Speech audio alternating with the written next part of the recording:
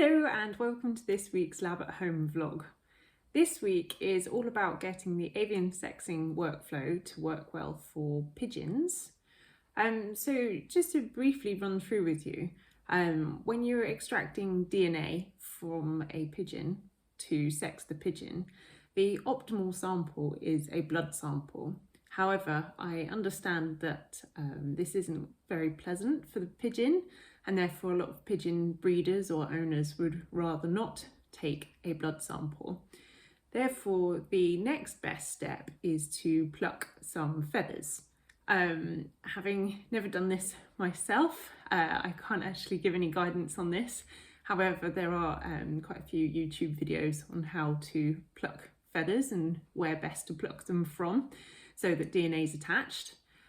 So a pigeon breeder very kindly plucked some feathers from a section of his birds, 20 birds to be precise, and he posted them to me so that I could use them to get this workflow working. At the time that they arrived back in November, I only had our hotshot DNA extraction kit to hand. So I used those to extract DNA from those feathers. It sort of worked, but not for all of the feathers. So now we have the proteinase K kit that I experienced a lot more success with when using the taxidermy parrot wings in the previous video blogs. I decided to return to those pigeon feathers and use the proteinase K kit to see if I had any more success with the DNA extractions. So that's what I'm going to be doing in this week's video blog.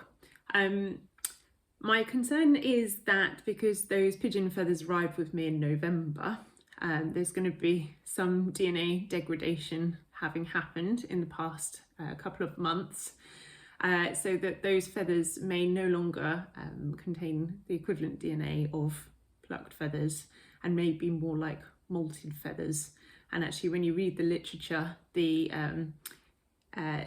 difficulty between plucked feathers, freshly plucked feathers to molted feathers is vast in trying to get DNA.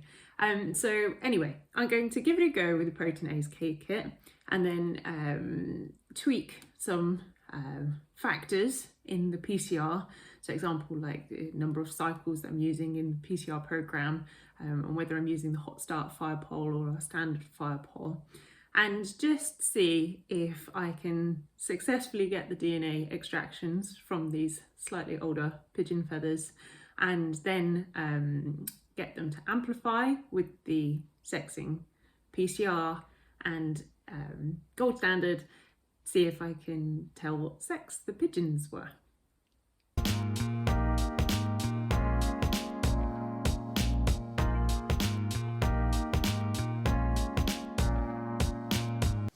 Okay, so now I have my 20 pigeon feathers, tips all put into the tubes and labelled up VP. Then I am going to make up the extraction buffer from the kit, which is this lysis buffer, which I'm going to mix together very, very thoroughly so that the resin dissolves in the buffer. Then I'm going to add to it the DTT and the proteinase K, and then I'm going to vortex the mixture really well, pipette it into the PCR tubes and put those PCR tubes on the heat block. Okay, I've just taken these off the heat block, and the lysis buffer has done an excellent job of dissolving a lot of those feathers. As you can see, that really looks quite horrible, doesn't it? So the next step is to transfer all of these samples into the larger microcentrifuge tubes and then put them at full speed to spin on the Bento Lab. And then what will happen is all of the feather debris and broken cells and everything will collect at the bottom of those tubes, and I will pipette off the supernatant, which will hopefully contain the DNA ready for the PCR. Yesterday I extracted DNA from 20 pigeon feathers in total, and also did the 1 in 10 dilutions of those DNA extractions.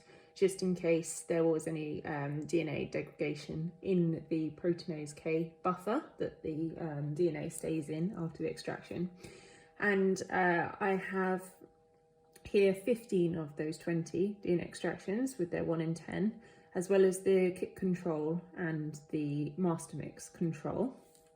So I'm going to close the lid on that, click go, and we'll see what happens. Right, so I'm now fast forwarding in time a few days, because there was quite a lot more troubleshooting to do than I expected when I was recording the beginning of this week's vlog. So I'm going to talk you through the gel pictures that I've obtained from all of the PCRs I've run since I last spoke to you. I just showed you putting on the running the PCR, which had 15 samples in it, whereas this gel is just showing the first 10 of those samples with the 1 in 10 dilutions. In the master mix, I used the standard firepole, and then I used a touchdown PCR that had 12 cycles of annealing temperature from 58 down to 48 degrees C. And then a further 18 cycles of 48 degrees C annealing temperature. And as you can see from the gel picture, there are some bands, but they are incredibly faint. And because the idea is for you to be able to run this protocol and to be able to tell from these bands the sex of the pigeons that you've extracted DNA from, that was not going to work, this PCR program and combination. So then I ran a second PCR with the same samples, keeping the standard firepole and the touchdown cycles, and then adding 28 cycles at 48 degrees C. And you can see that nothing worked, which is super weird, because I added an extra 10 cycles, so you would expect there to be stronger bands rather than 0 bands. So I then tried it again, this time with just the first 5 samples and their 1 in 10 dilutions. I switched to the hot start firepole. So if you remember from previous vlogs, that's the 15-minute step at the beginning of the PCR cycle at 95 degrees C to activate the polymerase in that firepole. And then I dropped the touchdown cycles and just went for 30 cycles at 48 degrees C annealing temperature. And you can see some really nice bands where we want them, between 300 and 400 base pairs. However, there's some non-specific binding up here, which shouldn't be there, doesn't need to be there, and would just complicate things for if you were trying to sex the birds from these results. So I decided that the hot start firepole was not the answer. So this time I switched to the samples 9, 10, 13, 14 and 15 that the pigeon breeder actually told us in advance the gender of, so that I could get this workflow working. And I decided to run just these samples so that I could tell whether it's been successful. So I used them and their 1 in 10 dilutions. I went back to the standard firepole to try and get rid of that non-specific binding. And when kept the 30 cycle PCR with an annealing temperature of 48 degrees C. And this is looking better. However, I stopped the gel from running because there was a band in my negative control. And unfortunately, no matter how good the rest of it's looking, it invalidates it if there's a band there, because you can't be sure that these bands are not just contamination in the master mix. So then I decided to use the same samples again, the ones with the known gender, keep the standard firepole, run the PCR this time with 35 cycles of annealing temperature 48 degrees C, just to see whether I could get those samples that were missing in the previous one to amplify. And now there was nothing, which is just really weird, because again, there's more cycles, so you'd expect stronger bands. So then I repeated the 30 cycle PCR, starting again with the unknown samples, so 1 to 5 and their 1 in 10 dilutions, the standard fire pole, the 30 cycle PCR with the 48 degrees annealing temperature, et voila, look, beautiful, really nice bands. So you can see that there's 1 band in sample 1, 1 band in sample 2, 2 bands, very clear, in sample 3, 1 in sample 4 and 1 in sample 5. So that means that I've got 4 male pigeons and a female pigeon. This is very faint here, but that's the result is replicated in both the concentrated sample and the 1 in 10 dilution, and both are 2 bands. So it's a nice confirmation that that's a female pigeon. And just to let you know that I ran a 3% gel at 50 volts and I ran it for an hour and a half to get that split of the bands. So that's only any good if I can replicate these results and get that to work again in that combination. So here's samples 11 to 15 and they're 1 in 10 dilutions, kept everything the same. Just to show you there, everything the same, just different set of samples. And again, it's worked really nicely. So a single band in 11, a single band in 12, a single band in 13, and a nice clear double band in both the samples for 14, and then nothing's amplified from 15. So there we go. I'm happy to say that that PCR is now working for DNA extracted from pigeon feathers. There are a few blanks in there, and I think that's because those samples are a little bit older now.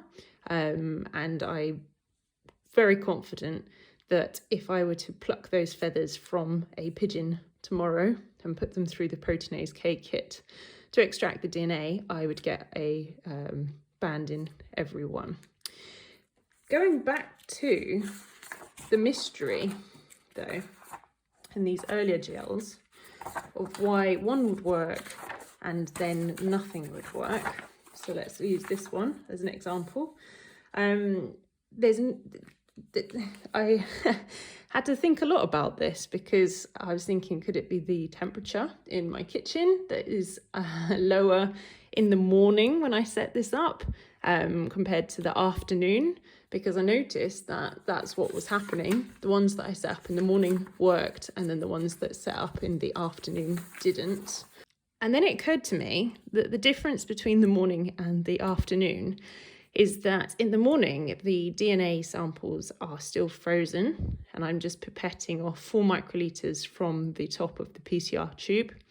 Whereas by the afternoon, those DNAs had completely thawed, and I was vortexing them. So I was mixing the sample very thoroughly before I pipetted out the 4 microliters to put in the PCR. And if you had eagle eyes, when I was showing you the DNA extraction earlier, there was a resin cloud at the bottom of the sample. So what I actually think is happening with these DNAs is that the resin is still settled at the bottom of the DNA sample, and I'm not picking it up when it's still frozen and I'm pipetting off the top. Whereas once it's thawed and I mix the sample, I'm mixing in the resin, and that's actually inhibiting the PCR. So to test this, this week for the next vlog, I'm going to be attempting to purify the DNA extractions from this week from the pigeon feathers using a couple of different methods that I've got to try. And then I can see if that no longer happens when I fully defrost those samples. The idea is to make the protocol as reliable for you guys to follow as possible. Thanks for watching. Hope you found that interesting. And as ever, if you have any questions, just comment them below this video.